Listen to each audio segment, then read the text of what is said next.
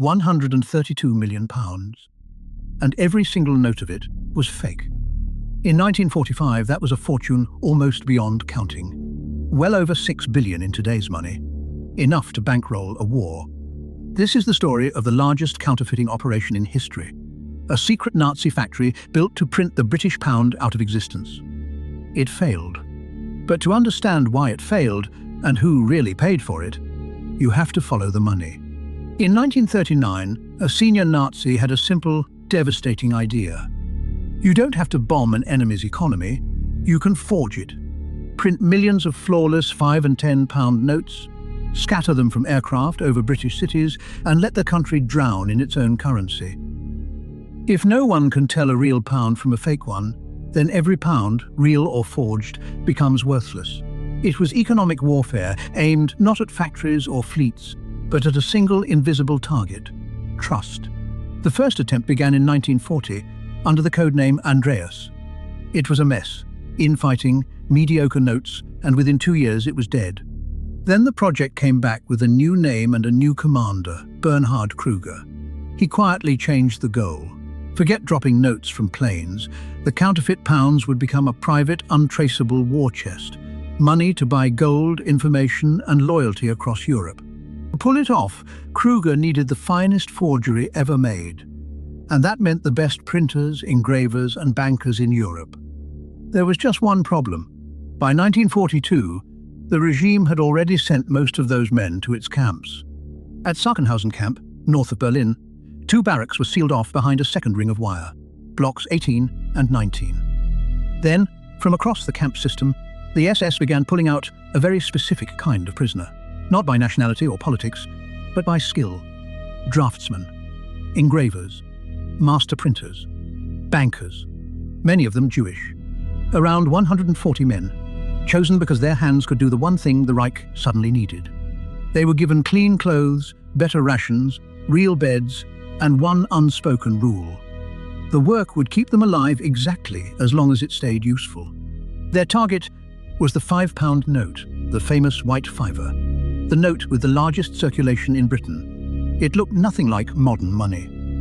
A large sheet of pure white rag paper, printed in black on one side only, with a fine engraving of Britannia in the corner. Elegant, austere, and trusted without question. The Bank of England had never needed to make it hard to copy, and the work was brutally hard. Forging a Bank of England note in 1943 was one of the toughest technical problems on Earth. The team had to reverse engineer the exact rag paper, reproduce the watermark, the note's secret fingerprint, hand-engrave the figure of Britannia down to the hair, and crack the bank's confidential serial number system so the codes on the fakes would pass inspection. A puzzle a prisoner mathematician finally solved. 6 presses ran on 2 12-hour shifts. At its peak, this single room printed roughly 65,000 notes a month. Grasp the scale. By the end, the factory would print notes worth about £132 million, call it 6 billion today. 140 prisoners in one hidden workshop were manufacturing the equivalent of a small nation's entire money supply. The forgeries were so perfect that Bank of England experts would later call them the most dangerous they had ever seen. The only reliable giveaway was a microscopic flaw in the watermark. And here is the quiet horror at the center of it. These men were building the machine that funded the regime, murdering their own families. They knew it, and they knew that doing it well was the only reason they were still breathing. Some sabotaged in tiny, invisible ways. Others perfected the craft because perfection was survival. The Nazis had engineered a monstrous incentive. Your talent was your life insurance. Then, in May 1944, Berlin raised the stakes. A new order came down. Forge the American dollar next. And the prisoners understood the arithmetic instantly. The pound work was their shield. The day the dollar was finished, they would be finished with it. So the finest forgers in Europe quietly became the slowest. Months of brilliant, deliberate delay, plausible setbacks, endless technical difficulties. By January 1945, they had produced exactly 20 sample $100 bills, still missing the serial number code. It was sabotage disguised as perfectionism, and it worked. The dollar was never ready, and the work never ended. Survival printed one delay at a time. So what did all that fake money actually buy? Secrets. Counterfeit pounds paid Cicero, a valet inside the British Embassy in Turkey, for photographs of Allied plans. Around 100,000 forged pounds helped fund the commando raid that sprang Mussolini from a mountaintop prison. The rest was laundered across neutral Europe, traded for gold, arms and information, and some slid through Swiss banks without a flicker of suspicion. In the end, only about 15 to 20 million pounds ever reached real circulation. But that was enough to frighten the people who mattered. Without ever announcing why, the Bank of England stopped issuing its larger notes in 1943. And after the war, it began quietly tearing up and rebuilding the pound itself.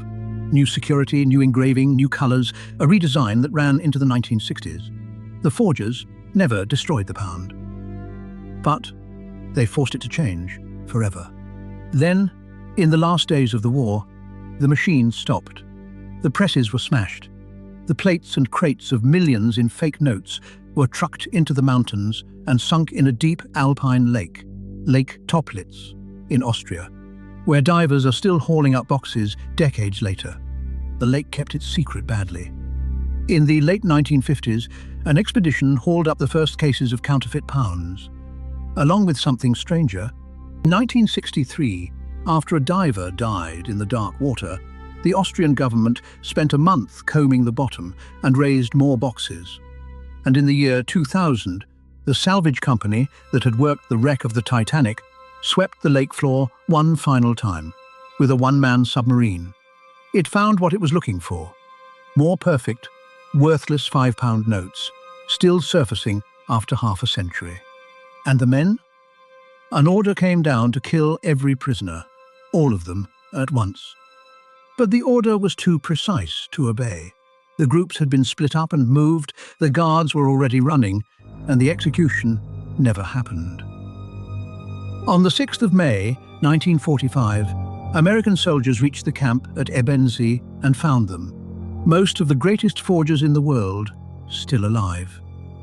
In a history this dark, it is one of the rare places where the number that survives is larger than the number that dies. One of those survivors was a Slovak printer named Adolf. He kept the fake pounds in a drawer and spent the rest of his long life telling the story in classrooms across Europe. His memoir became a film, The Counterfeiters, and in 2008 it won the Academy Award for Best Foreign Language Film. The men a regime had valued only as tools lived to see the world give their story a different kind of value. Here is what the spy thriller version never tells you. The Nazis achieved the impossible, a perfect counterfeit. And it still didn't work. Because the value of a pound was never the paper, or the ink, or the watermark. It was trust. Millions of strangers quietly agreeing that this scrap of paper is worth something. And trust is the one thing you cannot forge. You can copy a note flawlessly and still not copy the confidence that turns it into money. Every currency on Earth, then, and on your phone right now, is really just a shared belief. The most valuable and most fragile asset a society owns. There is a second, colder lesson. The only reason 140 men walked out of that factory alive is that a system decided they were useful. Their skill was given a price, and the price was their survival. It is a chilling look at what happens when human beings are valued only by what they can produce, and a warning worth keeping in any economy, in any age. The forgers set out to prove that money is just paper. Instead, they proved the opposite. Because sometimes the biggest picture in history hides inside the smallest detail. Even a single, perfect, worthless £5 note